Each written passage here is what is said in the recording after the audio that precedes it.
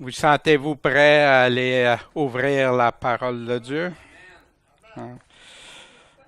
Un des, un des points majeurs de la foi, d'où notre foi doit provenir, autrement que par la parole de Dieu. Seigneur Tout-Puissant, ce matin, éclaire-nous, guide-nous. On va toucher un sujet, Seigneur, qu'on croit qui est de notre temps. Euh, merci d'avoir permis que Paul écrive ces lettres, Seigneur. Au lieu de leur dire, de tout leur répéter en face, tu as permis, Seigneur, qu'on ait ces écrits-là pour nous enseigner, nous corriger nos pensées, nous amener à connaître ce que tu en réserves, Seigneur. Puis qu'est-ce qui va se produire avant ton retour? Fait que merci, Seigneur, que tu puisses nous guider, nous éclairer. Puis, Seigneur, que je dise seulement que les choses qui sont en accord avec ta parole et qui peuvent aider nos frères, nos sœurs à grandir. Puis, Seigneur, merci pour toutes ces personnes qui écoutent de différents pays, Seigneur. Merci pour ça. Accompagne-les, guide-les, fortifie-les chacun dans leur endroit, Seigneur, qu'ils puissent porter le fruit que toi tu veux, Seigneur, qu'ils portent. Merci, Seigneur Jésus. Amen.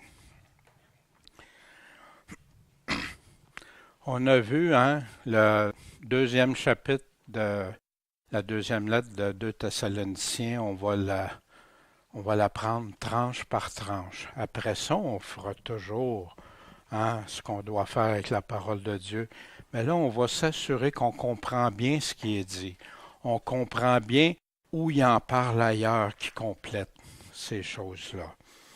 Ça fait qu'on a vu qu'avant le retour du Seigneur, avant notre réunion avec lui, avant qu'on puisse être avec lui, il y a l'apostasie qui va se produire.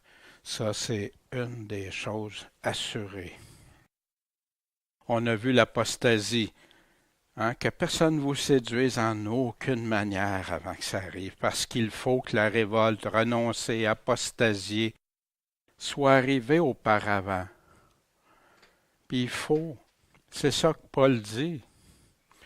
Fait qu'ici, on a vu aussi l'apostasie, on a été défini, c'est un renoncement de la foi. Pourquoi Jésus nous en parle? Il y en a qui vont se trahir, il y en a ceux qui auront, au lieu de s'attacher au cep, de demeurer en lui. Puis on continue ce matin avec l'autre partie, et qu'on ait vu paraître. Fait que pour voir paraître, il faut que ça arrive, il faut qu'on puisse le voir, le constater. L'homme du péché, le fils de la perdition. Fait que ça, c'est dans les deux conditions majeures. Ce n'est pas les seules, on va voir, Paul va nous en donner d'autres après. Il va nous dire quand ça va se produire. Puis il continue l'adversaire. Qu'est-ce que c'est un adversaire? Un ennemi, quelqu'un qui veut du tort, du mal, et celui qui s'élève au-dessus de tout ce qu'on appelle Dieu ou qu'on adore, jusqu'à s'asseoir comme Dieu dans le temple de Dieu, se proclamant lui-même Dieu. Fait que pour que ça arrive, il faut qu'il aille s'asseoir dans le temple. Il faut qu'il prenne la place. Il faut qu'on l'ait vu paraître. Puis ça, c'est celui qui va faire ça. Ça ne veut pas dire qu'aussitôt qu'il l'a fait que le Seigneur est revenu et on est en réunion avec. C'est pas ça qu'il est en train de dire ici. Mais ça fait partie. Il faut laissez-vous pas séduire. Avant, il faut que tout ça arrive. Parmi ces appellations, on vient de voir le fils de perdition, l'homme de péché.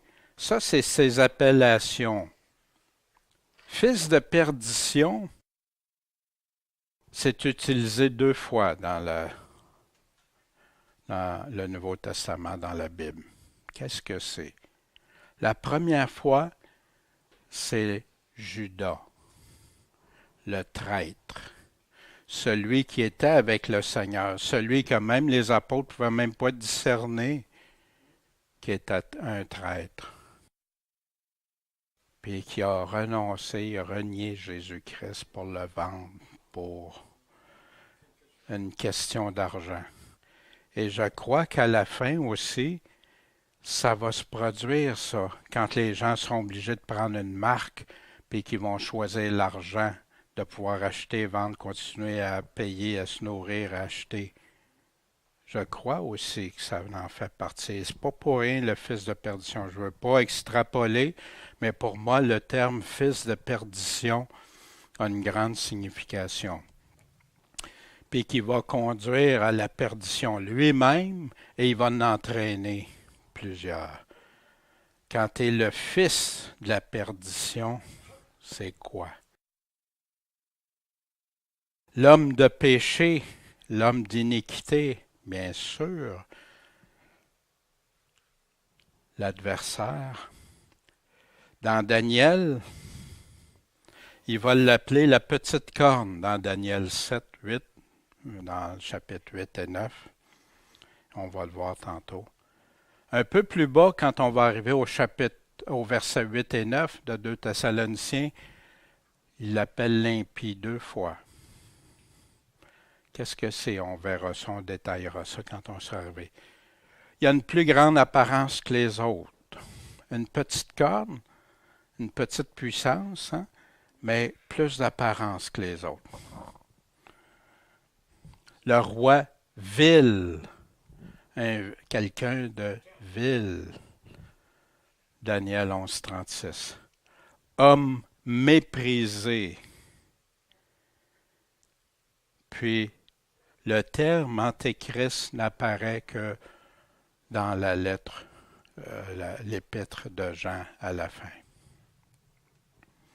à 2 reprises, que ce terme-là est utilisé.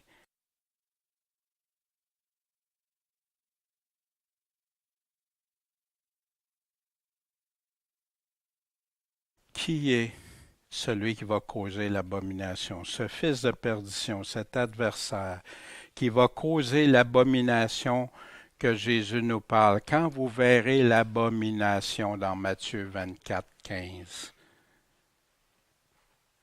dont Daniel a parlé, fait qu'il nous réfère. Fait que ceux qui aiment étudier les prophéties, allez voir partout où il parle de l'abomination dans Daniel, parce qu'il nous réfère à Daniel. Puis remarquez qu'il ne dit pas tel chapitre, tel verset, ça n'existait pas. Hein? Les gens lisaient l'ensemble, un tout, et ne subdivisaient pas tout. Puis allez remarquer, et c'est là que vous allez découvrir un tableau comme on va voir dans quelques instants. Puis il nous parle qui va commettre cette abomination dans Daniel au chapitre 7, au chapitre 8, au chapitre 9, au chapitre 11, puis au chapitre 12.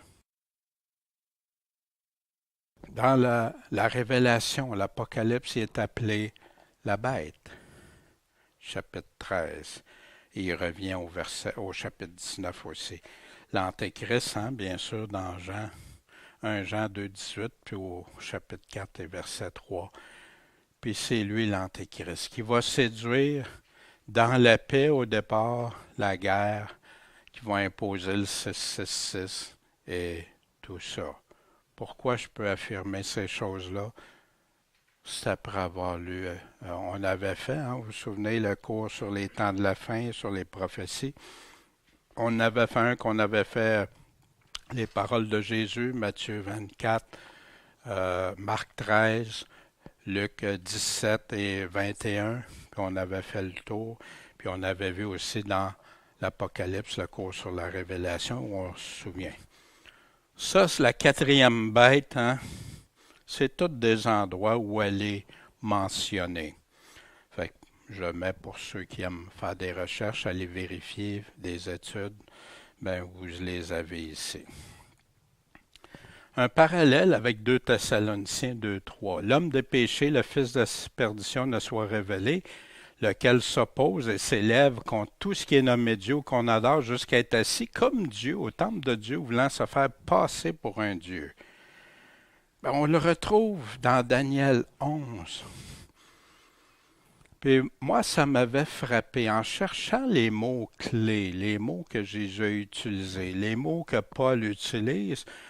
Tu vas retrouver des passages où c'est écrit, où il parle de la même personne, du même individu.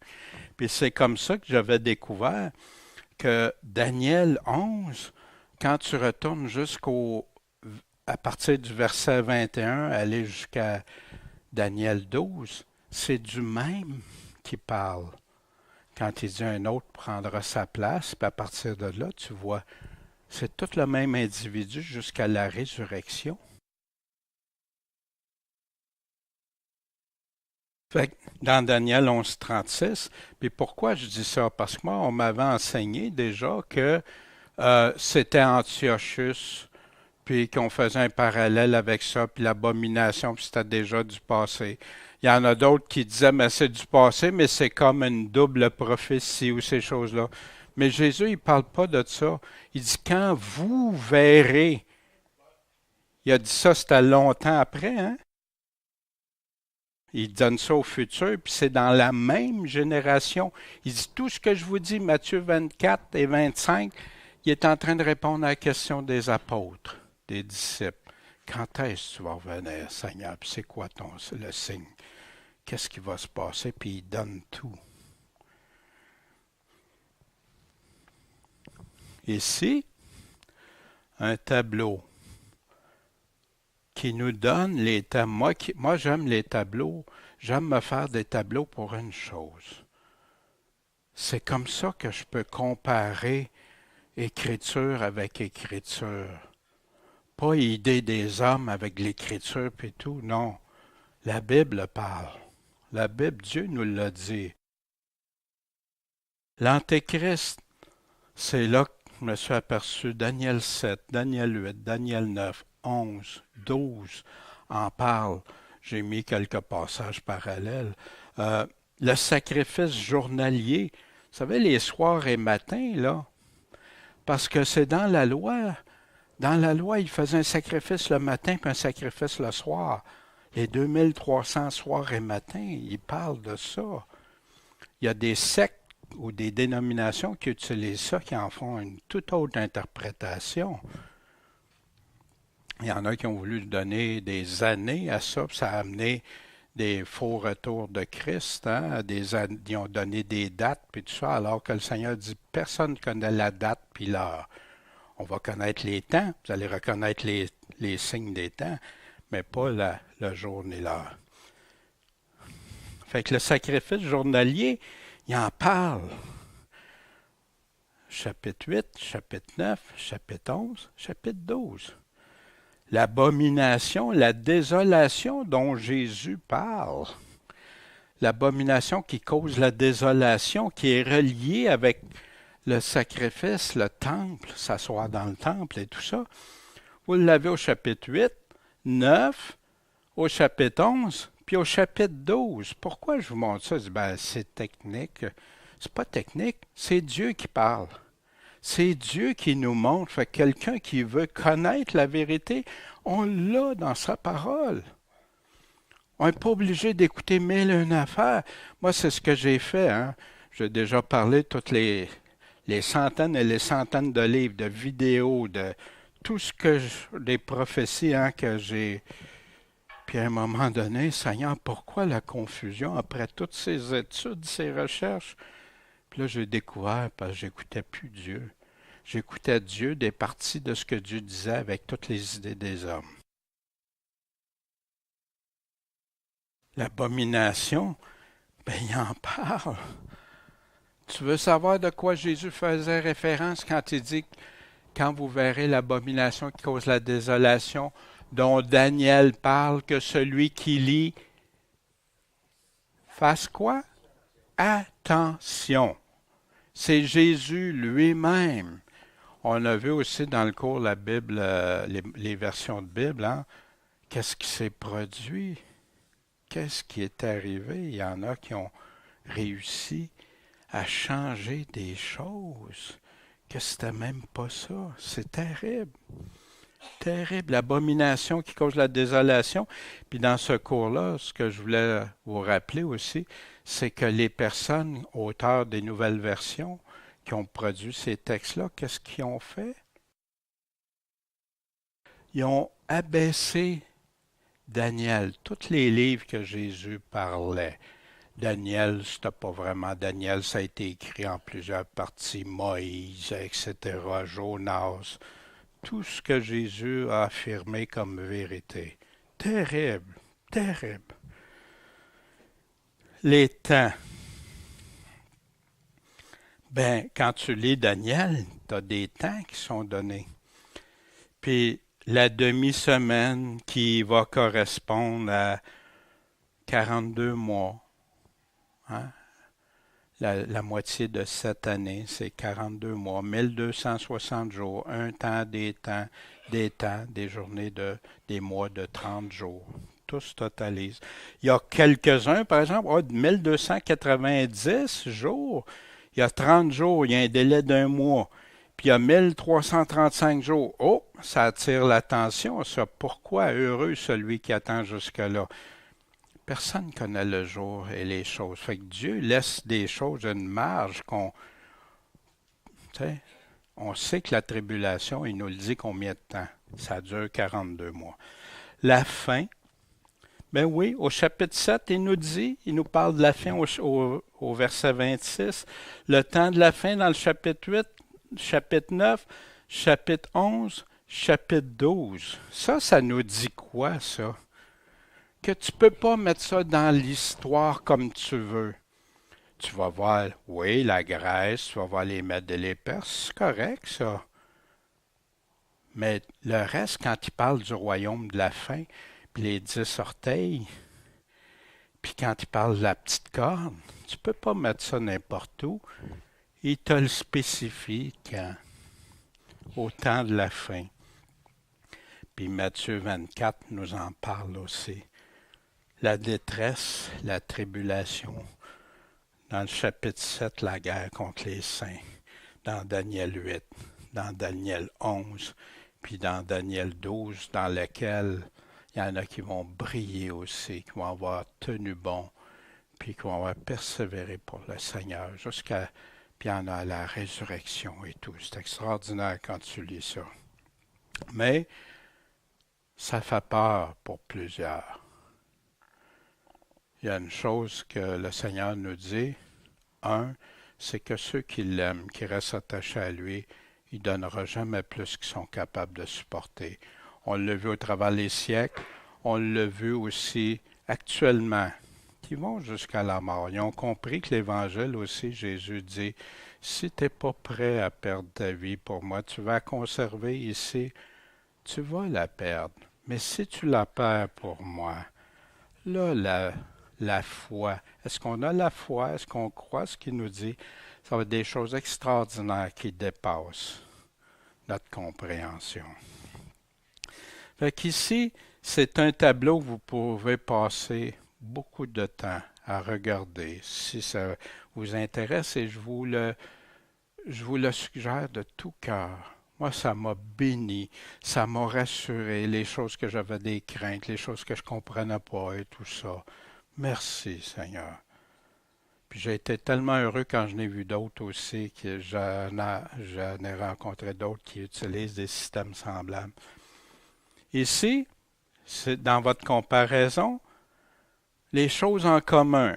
Corne, bête, on a ça dans Daniel, hein?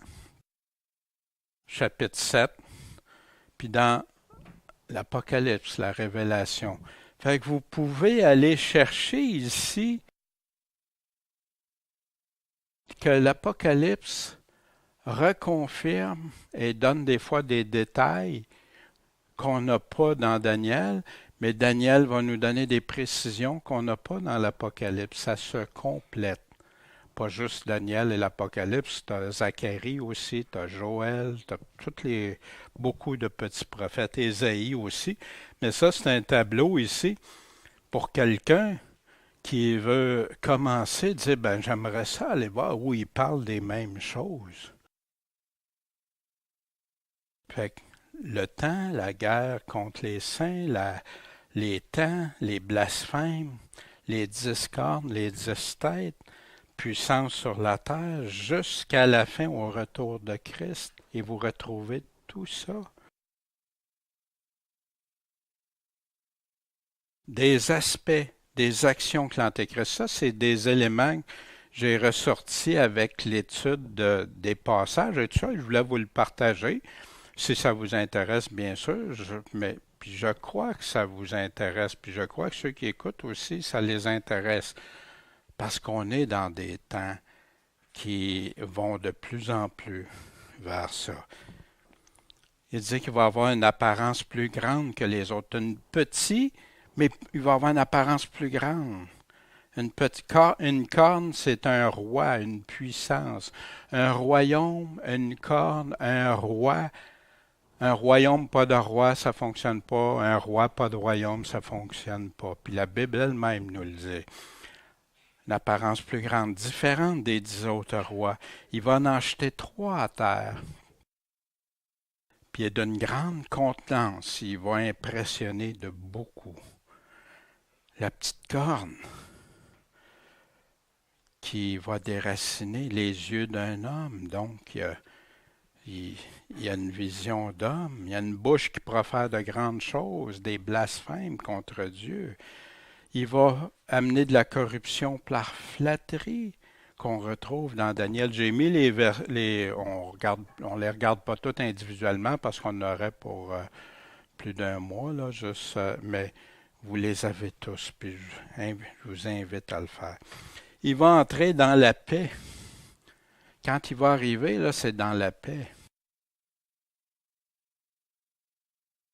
Il va être un homme de ténèbres. Sa puissance va provenir de Satan. On a ça dans Daniel, dans 2 Thessaloniciens, qu'on va voir plus tard. Il va en détruire plusieurs par la prospérité puis par la paix. C'est intéressant, ça.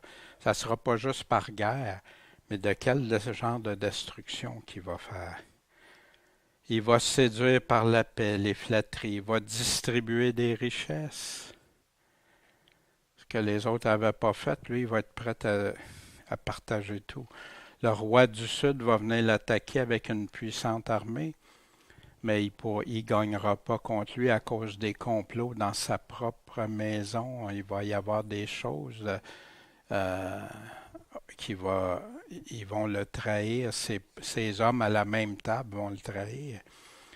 Des tromperies, de l'hypocrisie. N'oubliez pas, c'est quelqu'un un adversaire vil, il n'y a rien qui va l'arrêter.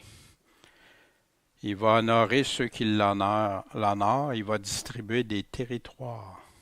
Maintenant, ça vous appartient. Vous êtes venu conquérir, on va vous donner ça. Vous savez que c'est arrivé aussi dans le passé, ça aussi, avec quand la papauté envoyait conquérir. Il va attaquer de nombreux pays.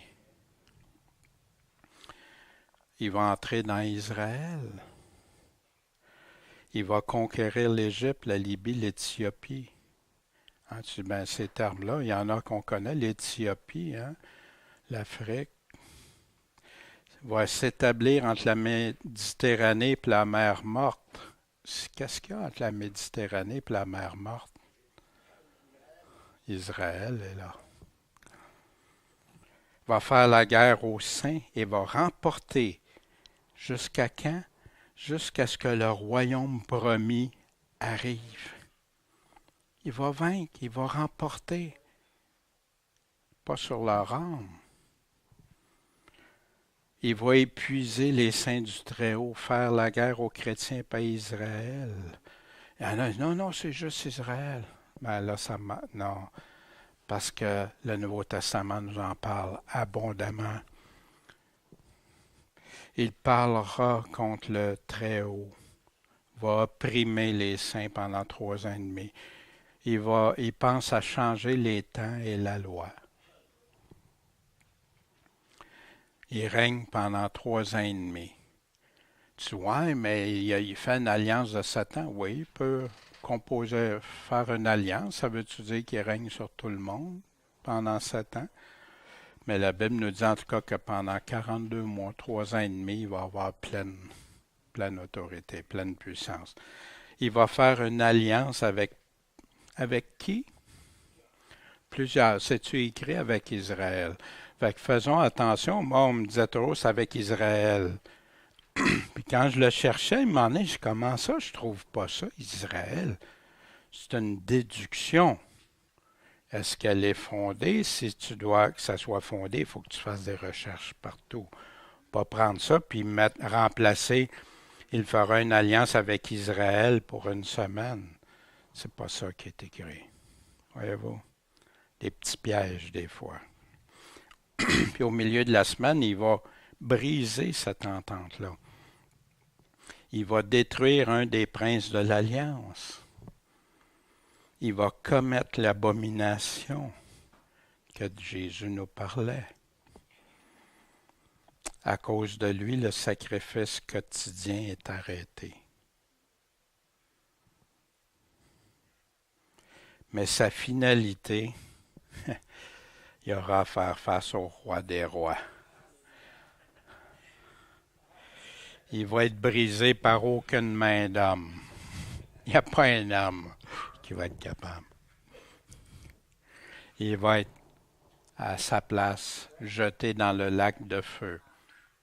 Puis vous savez, quand Satan, à la fin, est lié pendant 1000 ans, après, quand Satan est envoyé, les rejoindre lui et le faux prophète, ils sont encore dans la souffrance, là. Fait que ceux qui enseignent que c'est juste temporaire, en tout cas, ça fait 1000 ans, puis ils sont encore là en train de souffrir, en vivant. Des choses à retenir concernant l'Antéchrist. On l'a vu, il va faire une alliance avec plusieurs. Il va briser l'alliance. Il va commettre l'abomination. Le sacrifice quotidien est arrêté. Ça, c'est des éléments clés majeurs de ce personnage-là. Quand Paul nous dit, vous allez voir paraître assis, ça prétend Dieu, ben, ça a tout rapport.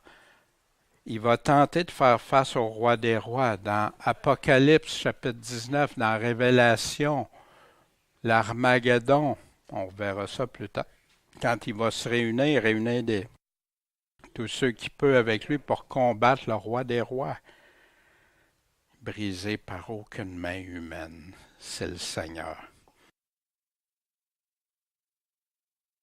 Il va arriver avec des signes et miracles pour séduire. Jésus nous en parle, l'Apocalypse 13 nous en parle. Il va faire prendre la marque de son nom.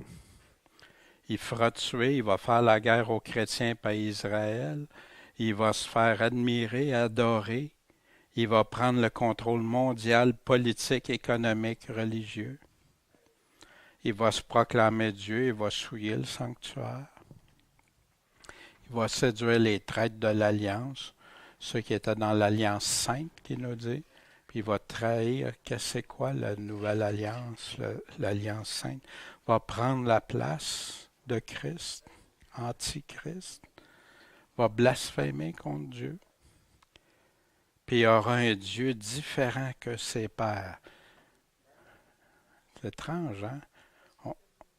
Un autre Dieu que ses pères. C'est le malin, Satan. Fait que ici, l'alliance pendant 7 ans, à moitié se commet l'abomination que Jésus nous parle. On s'assoit dans le temple, se prétend Dieu. Puis les derniers 3 ans et demi, après ça, quand vous voyez ça, Jésus dit, fuyez, la grande tribulation. Que ceux qui sont en Judée, là, dépêchez-vous, ça part de là. Irénée. Qui est Irénée? Un ancien évêque, ancien pasteur, si vous voulez, de Lyon. Lyon, hein? Europe, France. Il est né vers l'an 130, d'origine grecque. Il a écrit. Voici ce qu'il écrivait. Puis ça, c'est en relation avec, hein, vous vous souvenez, quand on avait vu ça, Polycarpe et tout ça, et ceux qui étaient au pied des apôtres ou qui avaient été enseignés, ceux qui avaient été enseignés, qui ont enseigné les autres. Quand l'Antéchrist aura dévasté toute chose dans ce monde,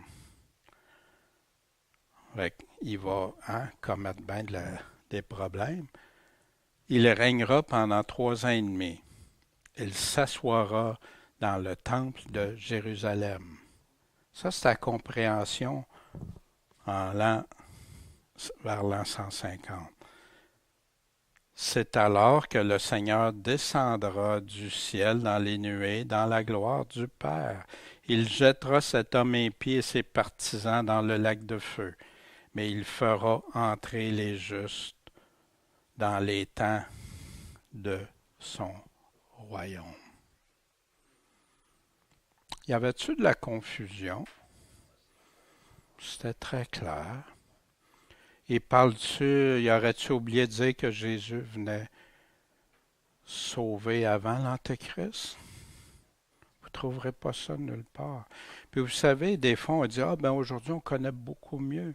Regardez, ces personnes-là ont parlé de tout ce qui concerne les prophéties, l'Antéchrist, la tribulation, les signes avant-coureurs, qu'est-ce qui arriverait. Ils détaillent, il y a toutes des listes complètes de tout ce qu'ils ont écrit, sauf un enlèvement avant la tribulation. Ça n'existe pas dans ces écrits-là.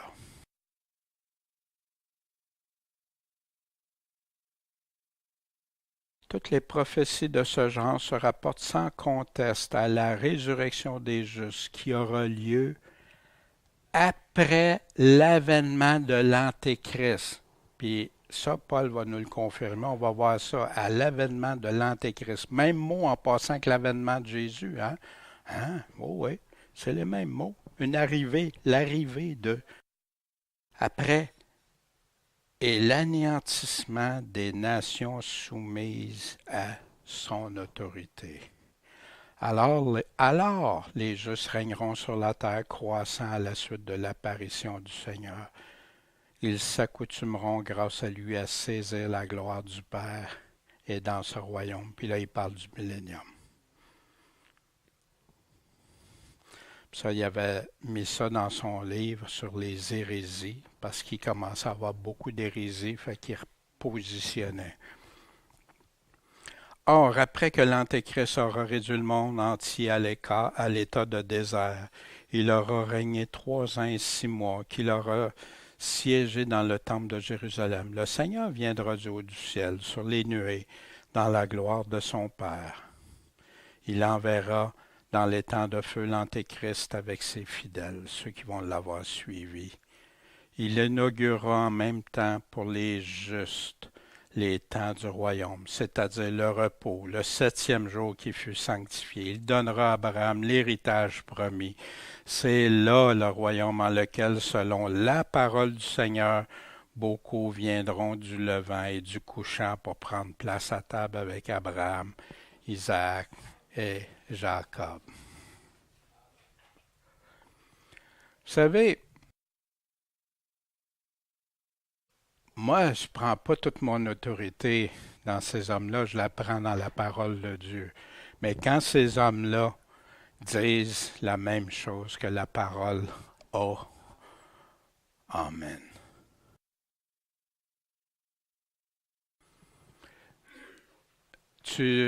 La question, veux-tu la reformuler, puis je vais... OK.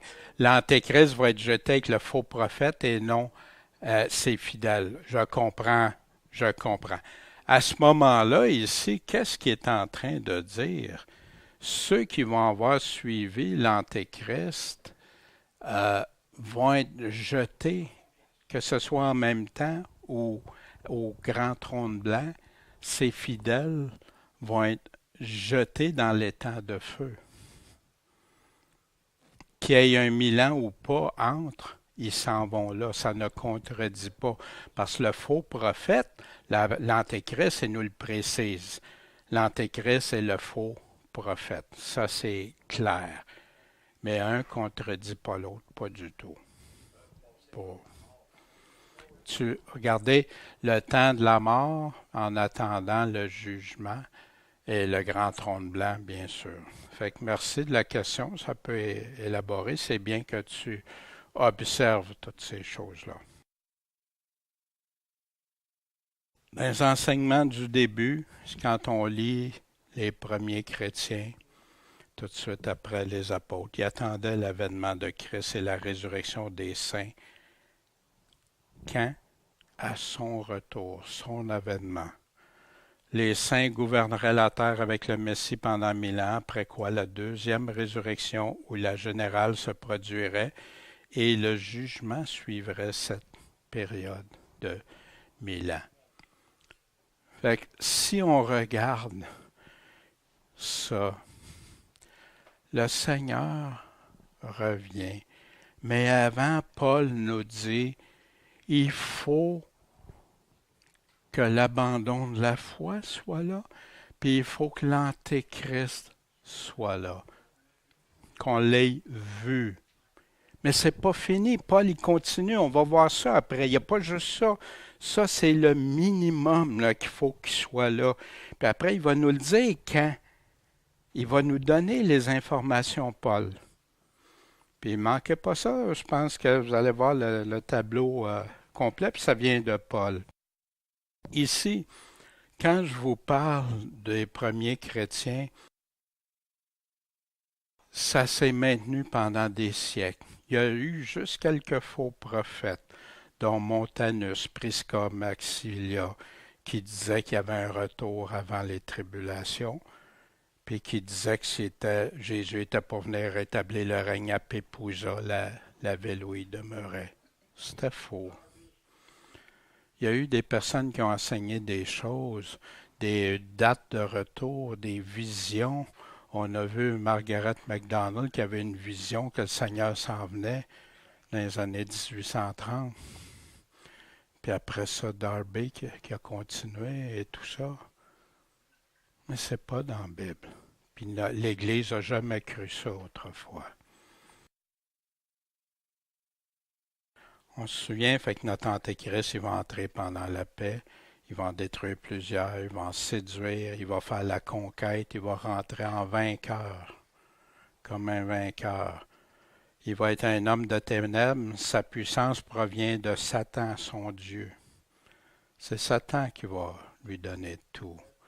Il va imposer sa religion, sa puissance militaire, politique, un système économique mondial, hein, le 666.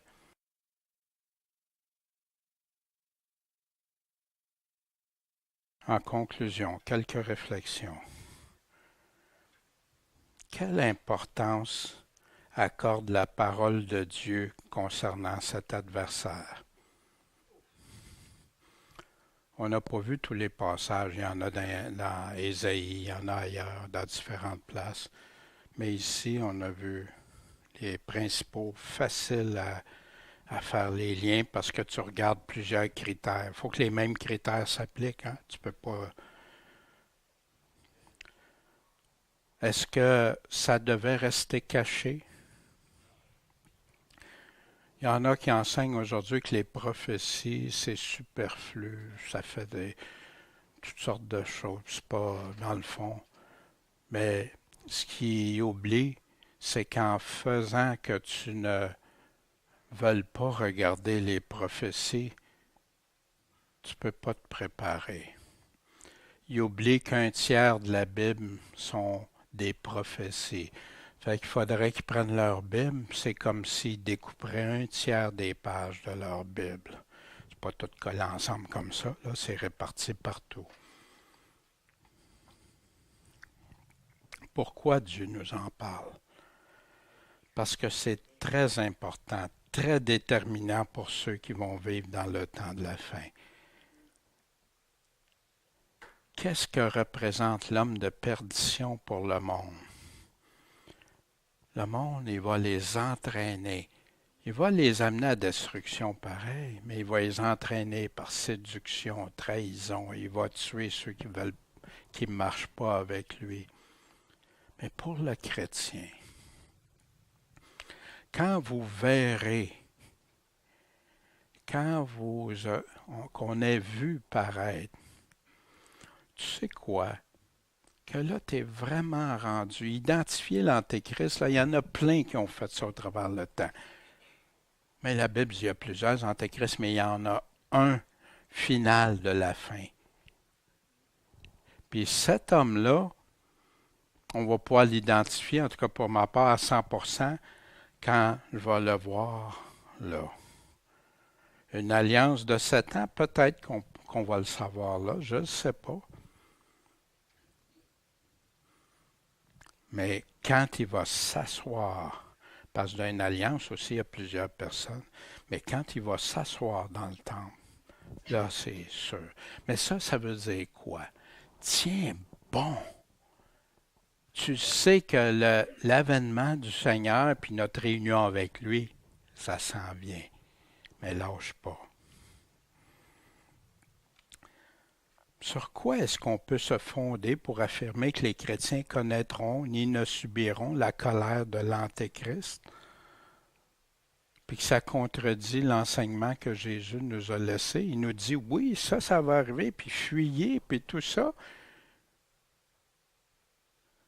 Qui décide que les paroles de Jésus ne s'appliquent pas à nous?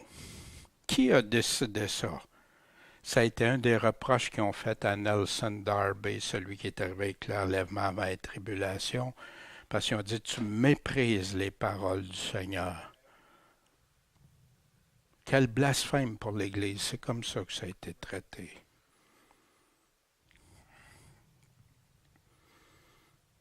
Puis Paul vient de dire quoi?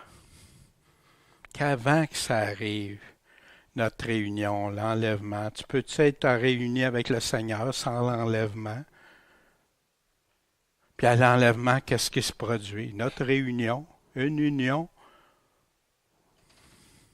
Puis ceux qui prétendent pour le banquet, ben allez voir le banquet quand il parle dans l'Apocalypse 19. Quand est-ce que ça se fait? C'est quand ils rendent gloire parce que la grande prostituée, la Babylone, est détruite. Allez voir où, quand ça va être détruit dans la Bible. Il nous le dit quand. Fait que c'est-tu avant l'Antéchrist?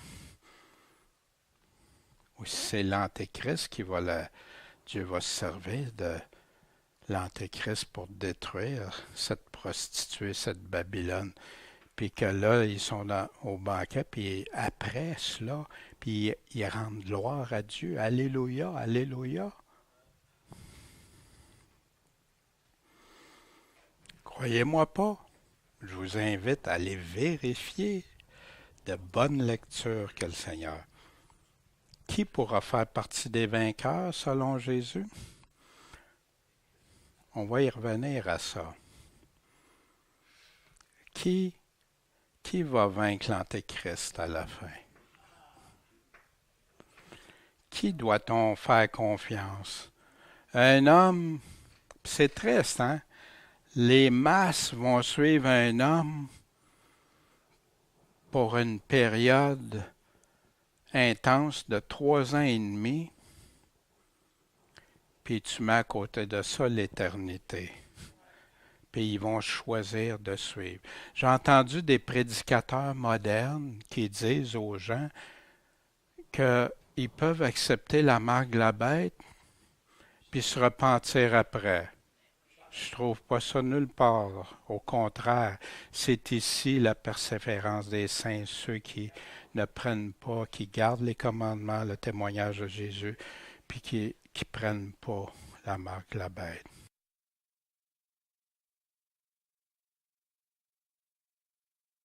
Puis, vous savez, à suivre. Quand Jésus nous dit, trouverai-je la foi? Trouverai-je encore la foi? Pourquoi il dit ça? Il y en a qui vont apostasier. C'est impossible, Jésus est fidèle, il ne se reniera jamais. Non, il ne se reniera jamais lui-même. Mais il dit, celui qui me renie, je le renierai devant mon Père et devant les anges aussi. C'est pas sérieux, ça? Ça détonne avec l'évangile moderne qu'on entend souvent. C'est triste. Puis, savez-vous, une histoire, moi, qui m'était venue pour exprimer. J'ai été en gestion de crise. Hein, d'arriver quand tout le monde se sauve, c'est toi qui y vas, puis aider les gens, les autorités, les services de protection publique à- pour la gestion et tout ça de crise. Puis, il y a une chose qui me venait, un exemple. Tu as deux généraux. Vous en souvenez de cela? Deux généraux. Un qui dit, je vais envoyer mes troupes, mais là, ça peut brasser, ça peut tourner au vinaigre, mais j'aime mieux pas le dire. Comme ça ne leur fera pas peur, puis ils vont peut-être s'en sortir comme ça, puis tout ça. Puis l'autre général, il dit à ses troupes, il dit, les gars, je le sais que ça ne sera pas facile. L'ennemi va faire rage. L'ennemi va vous attendre dans tous les raccoins. L'ennemi va essayer de vous surprendre, vous prendre de toutes les manières possibles. Préparez-vous, soyez prêts, puis résistez parce que je le sais qu'il y en a de vous autres qui vont tomber. Je le sais qu'ils vont tomber au combat, mais gardez l'espoir parce qu'on arrive après ça avec toute la puissance. Dites-moi, quelle troupe vous pensez qu'il va s'en sortir? Lesquels vont être les déserteurs? Pas de danger, tout va bien. Après ça, on va venir te chercher en hélicoptère, puis on va te faire le tour. Tout va être beau. Voyez-vous? Ce que je voulais vous partager. Puis que le Seigneur nous aide. Vous savez, le Seigneur a dit, je ne t'abandonnerai pas. Mais il nous dit de le suivre, d'entendre sa voix, de le suivre, de l'obéir, de l'aimer de tout notre cœur. Vous m'aimez si vous m'obéissez. Vous ne m'obéissez pas, vous ne m'aimez pas. C'est ça que Jésus dit, de rester attaché au cep. Puis c'est drôle, hein? Les craintes s'en vont. La confiance revient. Puis son fardeau est léger. Puis on a confiance en qui? Mais celui qui met toute son espérance pour cette vie-ci, comme Paul dit, va être des plus malheureux. Celui qui veut garder sa vie ici, exemple, pendant 3 ans et demi, puis après ça, tu sais où tu t'en vas, puis que tu fais ce choix-là, wow! Ça va être vraiment triste pour plusieurs. Puis je ne sais pas combien de temps encore on peut parler de ces choses-là, diffuser ça. Puis je sais que ça va être contresens avec beaucoup, surtout en français. En anglais, il y en a qui se proclament puis qui disent, mais en français, c'est limité. Fait que gardons la foi. La foi, c'est-tu de croire juste qu'est-ce que j'aime, qu'est-ce qui fait mon affaire, ou si la foi, ça inclut croire tout ce que Dieu a dit. Si je ne crois pas tout, peux-tu dire encore que je crois? Voyez-vous? Bon Père Céleste, merci pour ta parole. Puis je te prie, Seigneur, je sais que ça peut nous ébranler de parler comme ça, surtout parce qu'on n'est plus habitué à ça. Dans d'autres pays, ils sont habitués, ils le vivent au quotidien, Seigneur. Ils savent que ta parole avait tout annoncé d'avance. Tu l'as dit, j'ai tout prédit. Seigneur, accompagne ceux qui peuvent être perturbés, mais ceux qui aiment la vérité, Seigneur, ceux qui veulent se préparer, ceux qui veulent faire partie de tes troupes, Seigneur. Tu nous as avertis. Fortifie-les, rends-les amoureux de toi, de ta vérité, et qu'ensemble, Seigneur, un jour, tu puisses nous dire à chacun, bon et fidèle serviteur, vous avez nourri en son temps avec la bonne nourriture, la tienne, Seigneur. Merci pour tout. Accompagne-nous, fortifie-nous et bénis tous ceux qui écoutent, Seigneur, en ton Saint-Nom, Jésus-Christ, Maître et Sauveur. Amen.